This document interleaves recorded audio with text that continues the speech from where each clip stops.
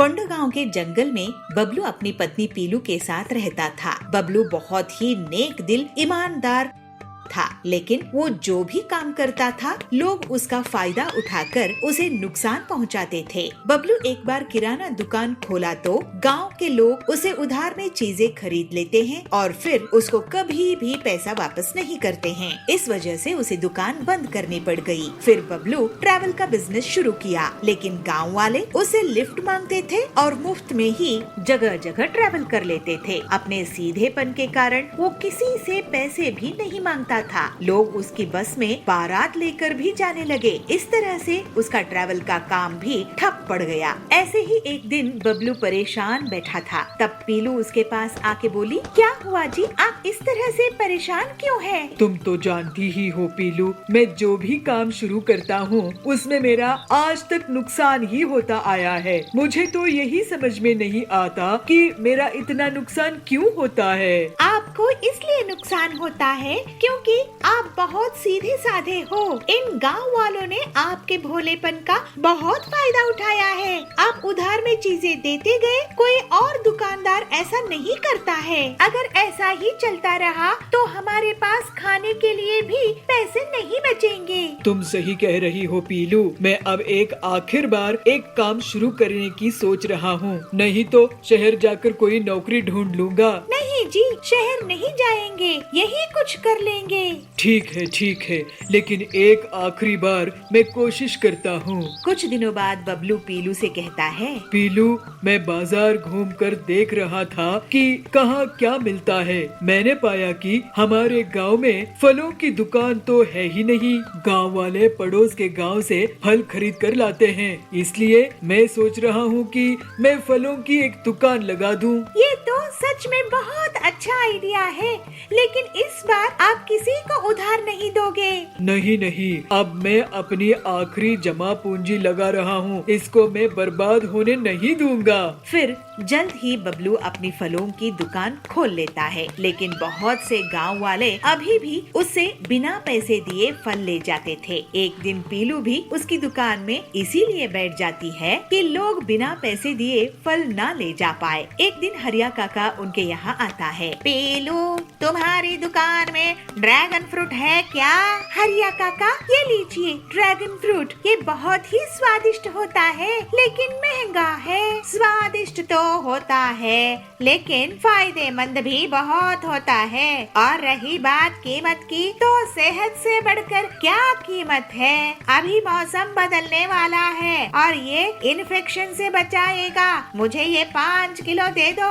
हरिया के जाने के बाद, सुनिए जी, हरिया काका क्या कह के गए हैं कि इन्फेक्शन होने का डर है मौसम बदलने से। हाँ, अगर ऐसा होगा तो ड्रैगन फ्रूट से लोगों को इन्फेक्शन होने से बचाया जा सकता है। इसका मतलब हम और ड्रैगन फ्रूट बेच सकेंगे। देखो, गांव वाले ऐसे ही इसे नहीं खरीदेंगे। हम क्यों ना फ्रूट सलाद बनाकर बेचे। कुछ ही दिनों में लोगों को इन्फेक्शन होना शुरू हो जाता है और हरिया काका सबको ड्रैगन फ्रूट खाने की सलाह देता है। इस तरह से बबलू और पीलू की दुकान में लोग इकट्ठा होने लगते हैं। सुनिए, मैं आप लोगों को अब से मुफ्त में या उधार में कुछ नहीं दूंगा। आपको अपनी सेहत का ख्याल रखना है तो पैसे देकर फ्रूट सलाद लो। बबलू की बात सुनकर लोग सोच में पड़ जाते हैं, लेकिन फिर इन्फेक्शन से बचने के लिए वो बढ़ चढ़कर पैसे देते हैं। इस तरह से लोगों की सेहत भी सुधारने लगती है और लोग अब सबक ले लिए कि कोई भी अच्छी चीज मुफ्त में नहीं आती। फिर कुछ ही दिनों में बबलू और पीलू बहुत अमीर हो गए और बबलू ने सुपर स्टोर शुरू किया। अब से गांव वाले उससे पैसे देकर ही सामान लेते थे। इस तरह सभी खुशी खुशी रहने लगे। कभी नहीं, झूठ के कारण हम दोनों परेशान हो गए हैं। हम आपसे वादा करते हैं, आपसे फिर कभी झूठ नहीं बोलेंगे। रामपुर नाम के गांव में 2 भाई बहन अपने मम्मी पापा के साथ रहते थे। चिंटू और पिंकी को स्कूल जाना बिल्कुल भी पसंद नहीं था, इसलिए वो बहाने बनाकर स्कूल जाने से बचा करते थे। पिंकी, मेरा होमवर्क नहीं हुआ है और कल मुझे स्कूल भी नहीं जाना, बताना क्या करें। चिंटू, होमवर्क तो मैंने भी नहीं किया। ऐसा करते हैं, तबीयत खराब होने का बहाना बना लेते हैं। ऐसा करेंगे तो मम्मी हमें स्कूल नहीं भेजेगी। दोनों आज रात ही तय कर लेते हैं कि कल वो तबीयत खराब होने का बहाना बनाएंगे। अगले दिन उनकी मम्मी के पास आती है। अरे बच्चों, स्कूल नहीं जाना क्या? चलो उठो और जल्दी से तैयार हो जाओ। नहीं मम्मी, मैं स्कूल नहीं जा पाऊंगी, मेरे पेट में बहुत तेज दर्द है। तुम चिंटू, तुम तो जाओ। मम्मी, मेरे पेट में भी दर्द है। ऐसा क्या खा लिया तुम लोगों ने जो इतना दर्द हो रहा है? ये तुम बहाना तो नहीं बना रहे? सच सच बताओ। नहीं मम्मी, सच बोल रहे हैं। तभी चिंटू के पापा अंदर आते हैं। सोनो, अरे भाग्यवान, जब उनकी तबीयत सही नहीं है तो रहने दो ना, क्यों जिद कर रही हो? बच्चों, लो तुम ये दवाई खा लो, तो तुम्हारे पेट दर्द को आराम मिलेगा। बच्चे सोने की दी हुई वो पेट दर्द की दवाई खा लेते हैं, पर कुछ घंटों बाद दोनों को तेज दर्द होने लगता है। चिंटू, पेट में बहुत तेज दर्द हो रहा है, कुछ तो करो ना, सहन नहीं हो रहा है, दर्द तो मुझे भी बहुत है, रुक मैं कुछ करता हूँ। चिंटू अपने पापा के कमरे में जाता है, कुछ दवाई देखने लगता है। तभी उसे एक पीली रंग की दवाई दिखाई देती है। वो उसे छुपाकर अपने साथ ले आता है और पिंकी को देता है और खुद भी एक गोली खा लेता है। पिंकी, मैंने पापा के मुंह से एक बार सुना था कि जब ज्यादा पेट दर्द हो जाए तो ये गोली सब ठीक कर देती है, तो देखना हम कुछ ही देर में ठीक हो जाएंगे। हाँ भाई, सच में मेरा बहुत दर्द हो रहा है भाई, सहन नहीं हो रहा है, कुछ करो, पता नहीं क्या खा लिया है। ऐसे ही 5 घंटे और बीत जाते हैं, पर उन दोनों का दर्द कम होने के बजाय और बढ़ जाता है और दोनों दर्द से रोने लगते हैं। भाई, बहुत दर्द हो रहा है।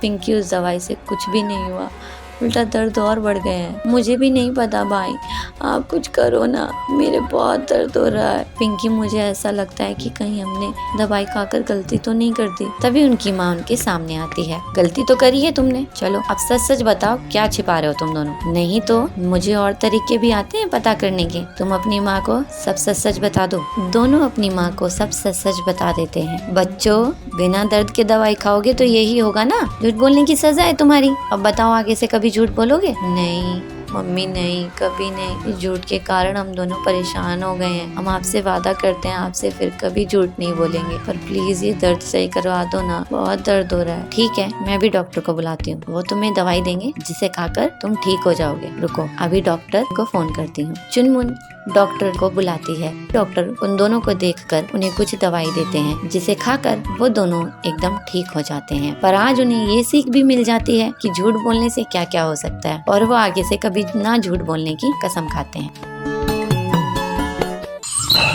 सुंदर जंगल में शेरा का बहुत आतंक था। सभी जानवर उसके गुस्से से बहुत डरते थे। उसी जंगल में एक समझदार खरगोश रिंकू रहता था। रिंकू हमेशा अपनी चालाकी से बड़े बड़े जानवरों से अपनी जान बचा लेता था, लेकिन वो हमेशा दूसरे छोटे जानवरों की मदद करता था। इस वजह से सभी जानवर उसको बहुत पसंद करते थे। एक दिन रिंकू जंगल में टहल रहा था, तभी उसे छोटू और उसकी पत्नी दिखाई दिए। छोटू भैया, छोटी भाभी, कहाँ घूम रहे हो? कुछ नहीं रिंकू, हम तो ताजी घास और फलों की तलाश में आए हैं। यहाँ की घास तो बहुत हरी भरी है, हम तो सोच रहे थे कि यहीं पास बस जाए। आप लोग क्या शेरा के बारे में नहीं सुने हो? ये उसी का इलाका है। अगर उसने आप दोनों को देख लिया तो आपकी खैर नहीं। शेरा तो बहुत ही क्रूर है। तभी वहाँ शेरा का दहाड़ने की आवाज आती है और सब डर जाते हैं। सुनिए जी, ये तो शेरा की दहाड़ है, अब क्या होगा?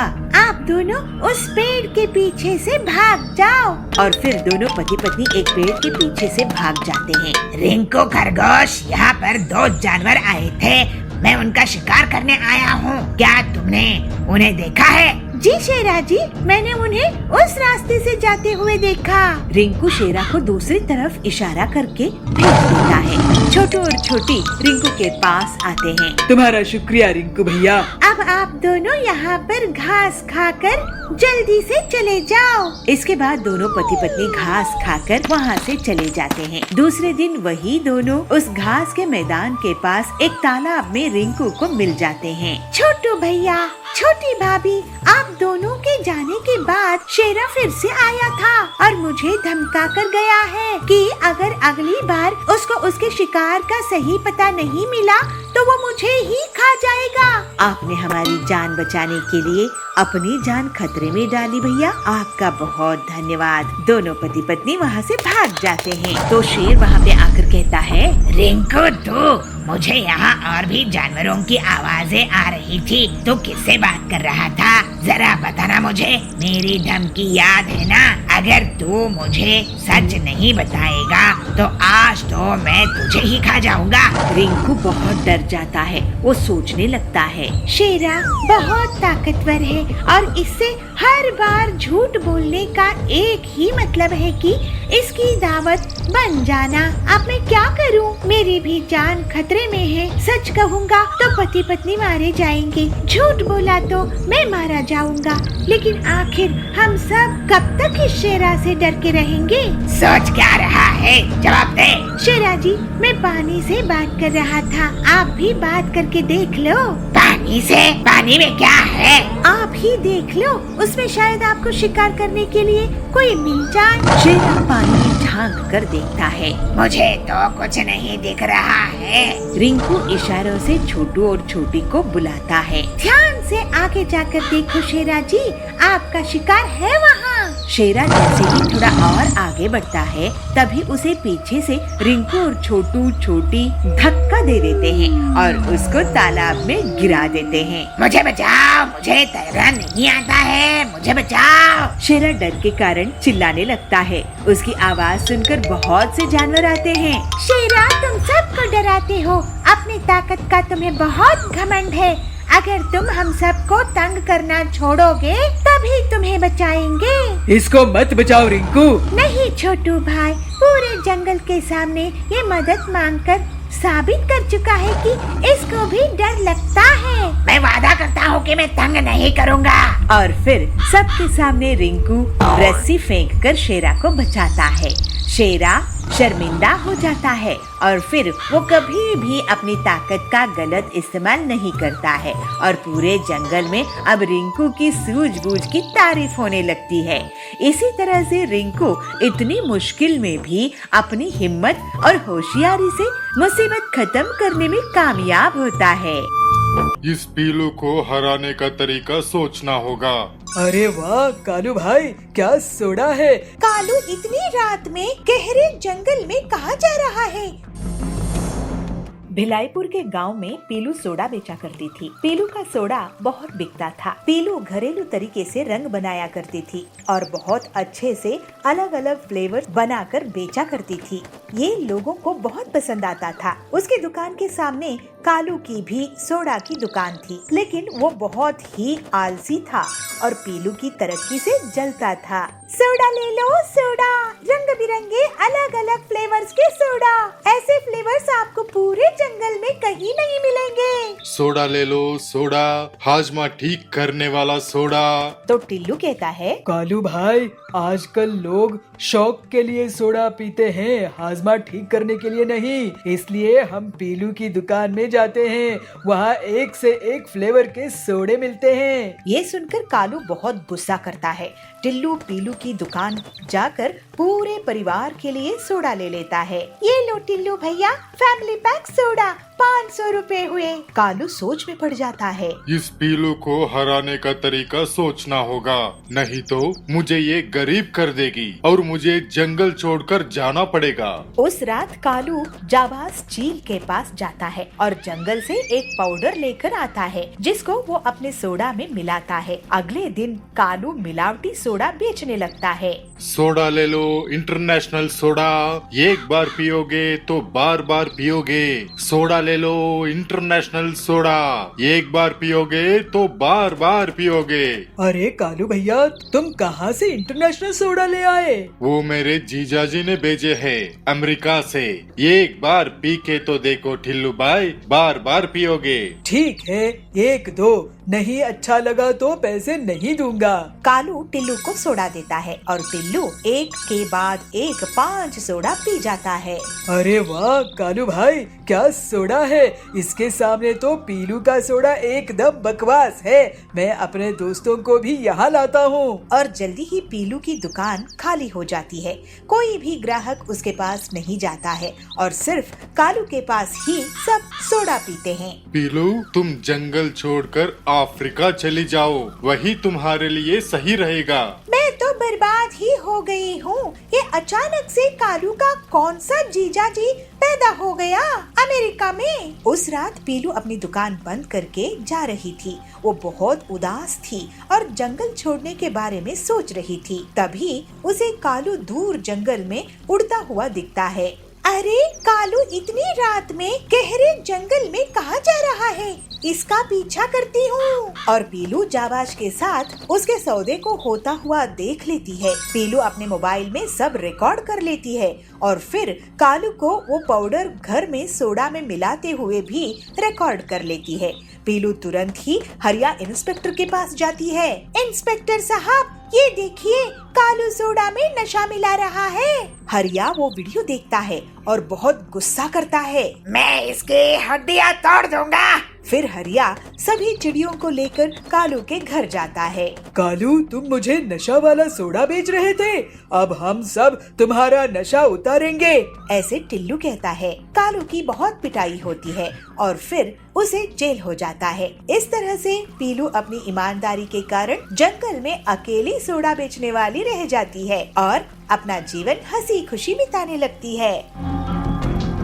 माँ, मुझे रेलगाड़ी की चित्र बनाना है। अरे मुझे तंग मत करो, अपने पिताजी से जाके पूछो। अरे पिंकी बेटा, मुझे तंग मत करो, अपनी स्कूल की कोई भी किताब में बना ले।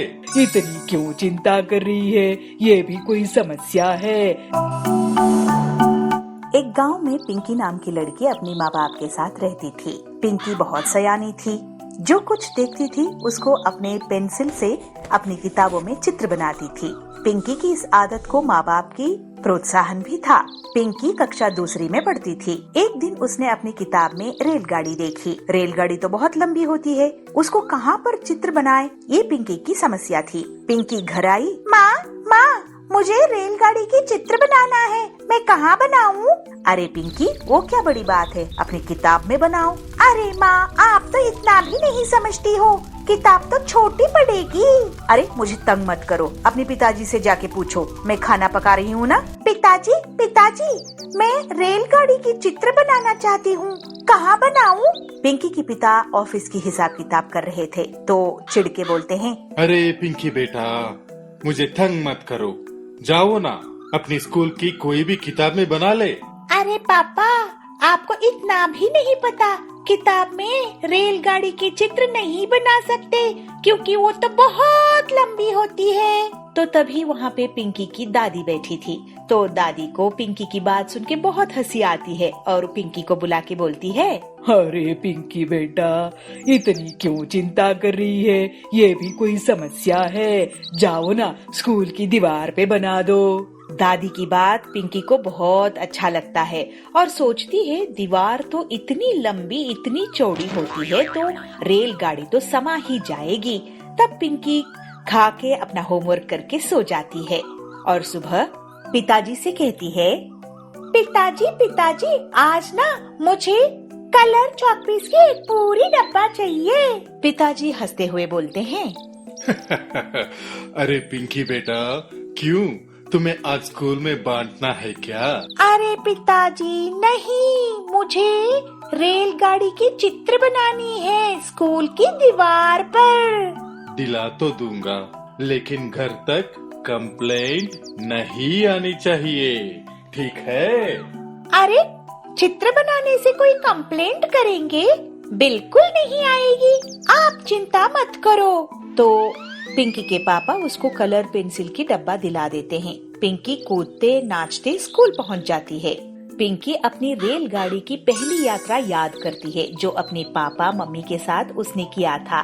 पिंकी चौक उठाई और फिर क्या था, दीवार पर रेलगाड़ी का इंजन बना दिया। अरे इंजन तो बहुत सुंदर बना है, इसको अब डिब्बे जोड़ते हैं। तो फिर दूसरी कलर चौक लेके उसमें पहला डब्बा जोड़ दिया, दूसरा डब्बा जोड़ दिया। ऐसे जुड़ते जुड़ते गए, सारे डिब्बे जुड़ गए।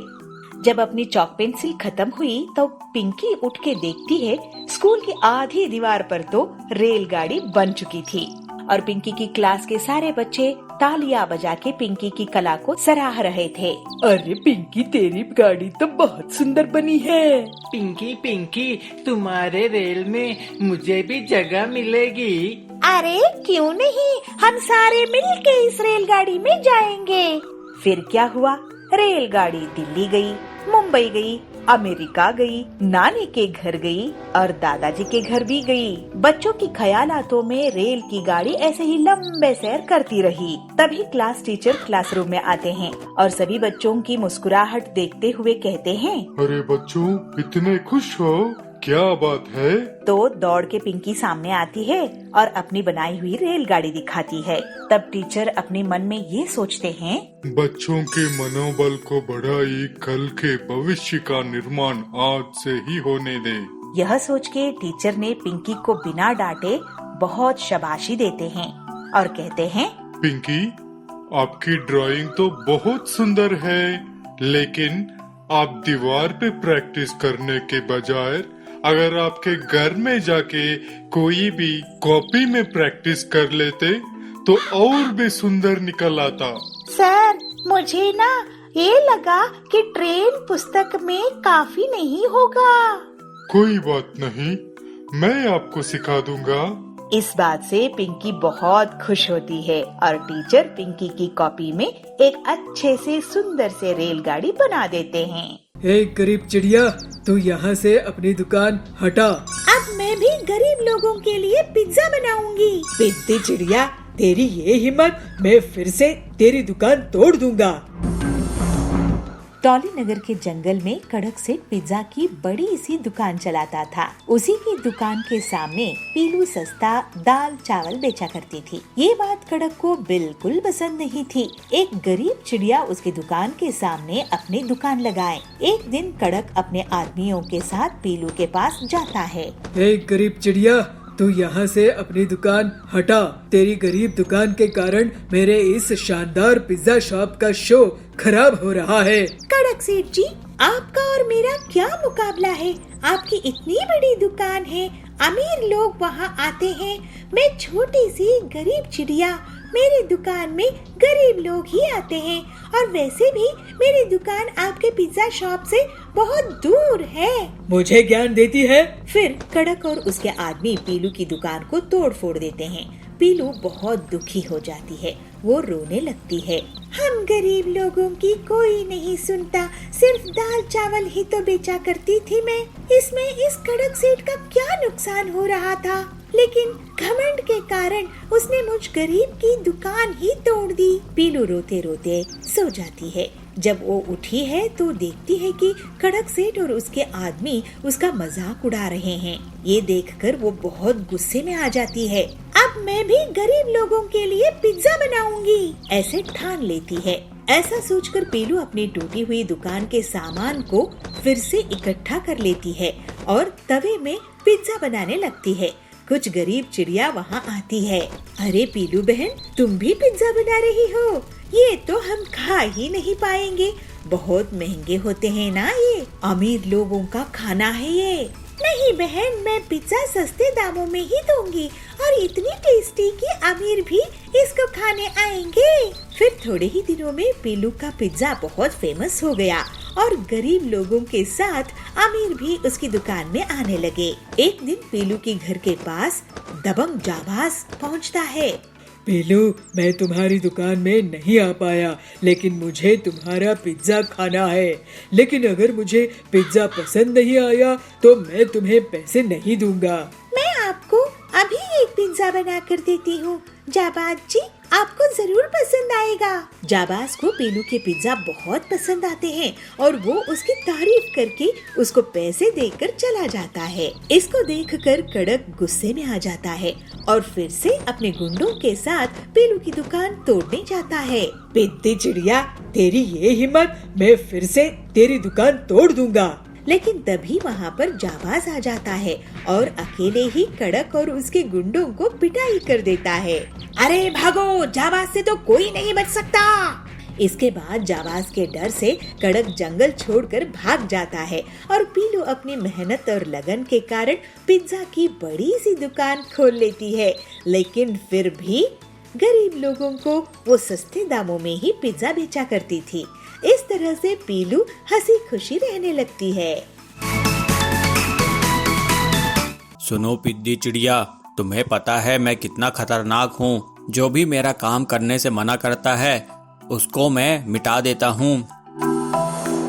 एक जंगल में पीलू चिड़िया अपने पति बबलू के साथ रहा करती थी। ऐसे ही एक बार गर्मी के मौसम में पीलू को 2 अंडे होते हैं। दोनों पति पत्नी उन अंडों का बहुत अच्छे से ख्याल रखते हैं। एक बार पीलू अपने पति से कहती है, सुनिए बहुत गर्मी बढ़ रही है, हम लोग ने तो कैसे भी घास फूस के इस घोंसले में अपना जीवन काट लिया। हम तो गर्मी सह लेते हैं, लेकिन इन अंडों का क्या होगा। इतनी गर्मी में हमें अपने बच्चों का ख्याल रखना चाहिए। हमारे बच्चों को गर्मी नहीं सताए, इसके लिए हमें कुछ उपाय करना चाहिए। बबलू कहता है, तुम ठीक कह रही हो पीलू, लेकिन मुझे समझ नहीं आ रहा है कि इस बार इतनी गर्मी से बचने के लिए मैं क्या करूं। लेकिन फिर भी मैं कुछ ना कुछ उपाय जरूर करूंगा। तुम चिंता मत करो, लेकिन अगर तुम्हें कुछ ख्याल आए तो मुझे जरूर बताना। इस तरह दोनों गर्मी में अपने बच्चों को लेकर परेशान थे। वे नहीं चाहते थे कि उनके बच्चों को कोई भी परेशानी हो। ऐसे ही कुछ दिन बीत जाते हैं और फिर उन अंडों से 2 बच्चे बाहर आते हैं। पीलू और बबलू अपने बच्चों को देखकर बहुत खुश थे। अरे पीलू, ये तो बहुत सुंदर सुंदर बच्चे हैं, ये देखो ये तो बिल्कुल तुम पर गया है। एक बार बबलू भोजन की तलाश में जा रहा था, तभी उसे एक तालाब दिखाई देता है। बबलू वहाँ जाकर थोड़ी देर बैठ जाता है। अरे वाह, यहाँ कितनी अच्छी ठंडी ठंडी हवा चल रही है। गर्मी का तो यहाँ पर नामो निशान नहीं है। मैं अभी जाकर पीलू को बताता हूँ। ऐसा सोचकर बबलू अपने घर की ओर चला जाता है। बबलू खुशी खुशी ये बात पीलू को बताता है। पीलू ये बात सुनकर बहुत खुश होती है। पीलू कहती है, ठीक है जी, मैं कल ही आपके साथ उस जगह को देखने चलूंगी। अगले दिन दोनों पति पत्नी उस तालाब की ओर चले जाते हैं। तालाब के पास पहुंचकर पीलू कहती है, आपने बिल्कुल ठीक कहा था जी, यहाँ पर तो बहुत ही ठंडक है। पीलू आसपास देखती है तो उसे एक मिट्टी का ढेर दिखाई देता है, जिसे देखकर वो खुश हो जाती है। अरे पीलू, मिट्टी देखकर क्यों खुश हो रही हो? अजी, आपको पता है क्या, मिट्टी का घर बहुत ठंडा रहता है। मैं इस मिट्टी से एक मटकी बनाऊंगी जिसके अंदर हम अपना घर बनाएंगे। उसकी बात सुनकर बबलू कहता है, वाह पीलू, तुम्हारे दिमाग का तो जवाब नहीं, ये बहुत अच्छा आइडिया है। फिर दोनों मिलकर मटके का घर बनाते हैं और अपने बच्चों के साथ मिलकर तालाब के किनारे रहने लगते हैं। एक तरफ पीलू अपने परिवार के साथ ठंडे मकान में रह रही थी। पूरे जंगल में सभी पक्षी गर्मी से परेशान थे। एक दिन कालू कौआ तालाब में पानी पीने के लिए जाता है। अरे ये क्या, ये पीलू तो मटके के घर में रह रही है। वो पीलू के घर के पास जाकर उसे आवाज लगाता है, पीलू, ओ पीलू बहन, जरा बाहर तो आना। अरे पीलू बहन, तुम तो बहुत चालाक निकली। यहाँ तालाब के किनारे मटके के घर में रह रही हो और मैं वहाँ बाहर गर्मी में रह रहा हूँ। पीलू बहन, मैं गर्मी से जल रहा हूँ, तुम मेरे लिए भी ऐसा ही मटका घर बना कर दो। अगर तुमने ऐसा नहीं किया तो मैं तुम्हारा मटका घर तोड़ दूंगा। पीलू ये सुनकर डर जाती है। कालू भैया, ये तुम कैसी बातें कर रहे हो? अगर आपको मटका का घर चाहिए तो आप खुद ही क्यों नहीं बना लेते हो? मेरे छोटे छोटे बच्चे हैं, मेरे पास इतना समय नहीं है कि मैं तुम्हारे लिए मटके का घर बना कर दूं। सुनो पिद्दी चिड़िया, तुम्हें पता है मैं कितना खतरनाक हूँ। अगर मुझे तुमने मटके का घर नहीं बना के दिया तो इसका अंजाम बहुत बुरा होगा। जो भी मेरा काम करने से मना करता है उसको मैं मिटा देता हूँ। 2 दिनों बाद मैं फिर से आऊँगा, मुझे मेरा घर तैयार चाहिए। इस तरह से पीलू को धमकाकर कालू वहाँ से चला जाता है। पीलू सोचती है, अरे अब मैं क्या करूँ, ये कालू ने तो मुझे मुसीबत में डाल दिया है। पीलू मिट्टी इकट्ठा करके कालू के लिए मटकी का घर बनाती है। 2 दिनों बाद कालू फिर से उसके पास जाता है। क्यों रे पीलू, क्या तूने मेरे लिए मटके का घर बनाया कि नहीं? पीलू कहती है, हाँ कालू भैया, वो देखो वो रहा तुम्हारा मटके का घर। फिर कालू अपने मटके के घर में जाकर बहुत खुश हो जाता है। कालू सोचता है, अरे वाह, इस मटके के घर में कितनी ठंडक है। अगर मैंने इस चिड़िया को डराया नहीं होता तो ये मेरे लिए मटके का घर नहीं बनाती। लेकिन जब सभी पक्षियों को पता चलता है कि कालू ने पीलू को डराकर अपना घर बनवाया तो वे नाराज हो जाते हैं और कालू को धमकाते हैं।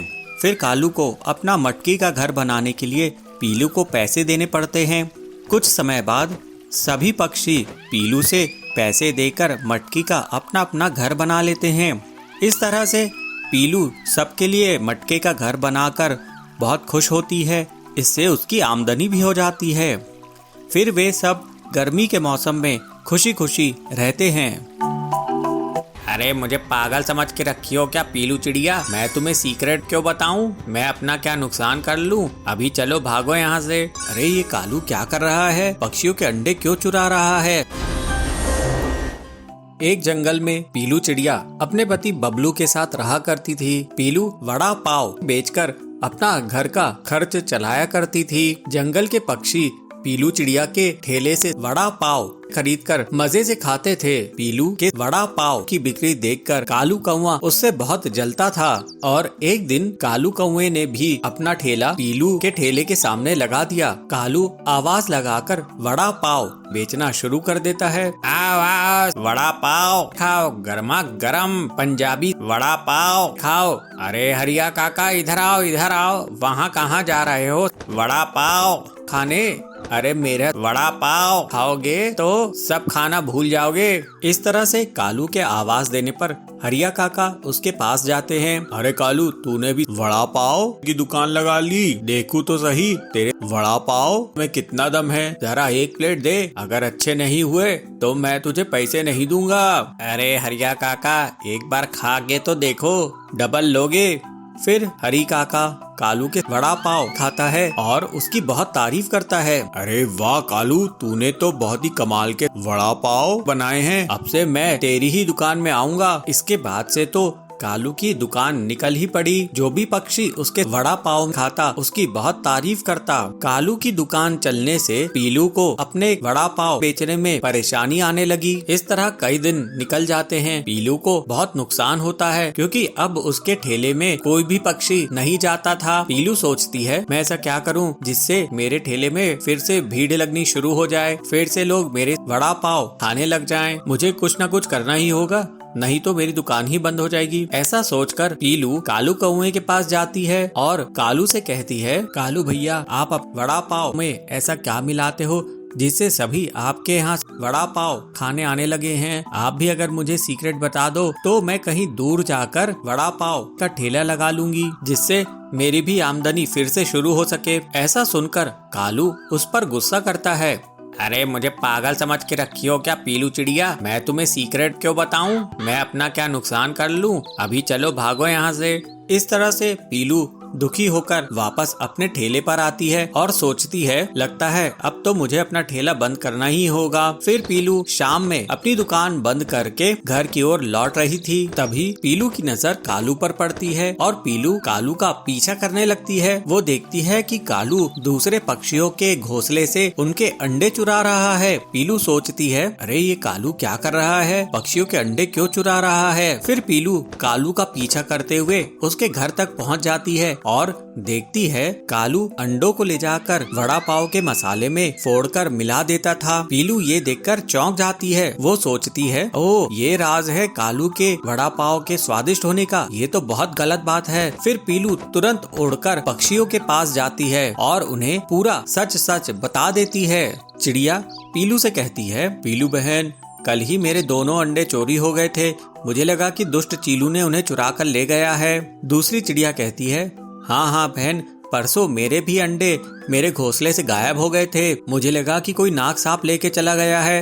हरिया काका कहते हैं, चलो चलकर हम उस बदमाश कालू को पकड़ते हैं और उसकी अच्छे से पिटाई करते हैं। वो हमारे अंडे हमें ही खिला रहा है। फिर सभी पक्षी कालू के घर पर धावा बोल देते हैं, क्यों रे कालू, तू कितना बदमाश है? तू हमारे अंडे चुराकर हमें ही वड़ा पाव में मिलाकर खिला रहा था। अरे तुझे शर्म है कि नहीं? हाँ कालू भैया, तुमको शर्म है कि नहीं? ये क्या तरीका है? तुम हमारे बच्चों को मार रहे हो, उन्हें पैदा ही होने नहीं दे रहे हो और उन्हें हमें ही खिला रहे हो। तुम इस जंगल में रहने के लायक नहीं हो। इतना कहकर पक्षी कालू की बुरी कदर पिटाई कर देते हैं। पिटाई खाकर कालू जंगल छोड़कर भाग जाता है। कालू के भाग जाने के बाद से सभी पक्षियों के अंडे फिर से सुरक्षित हो जाते हैं और पीलू की वड़ा पाव की दुकान एक बार फिर से चल पड़ती है। अब पीलू अपनी मेहनत से अच्छा खासा पैसा कमाने लगती है। इस तरह सभी पक्षी अब खुशी खुशी रहने लगते हैं।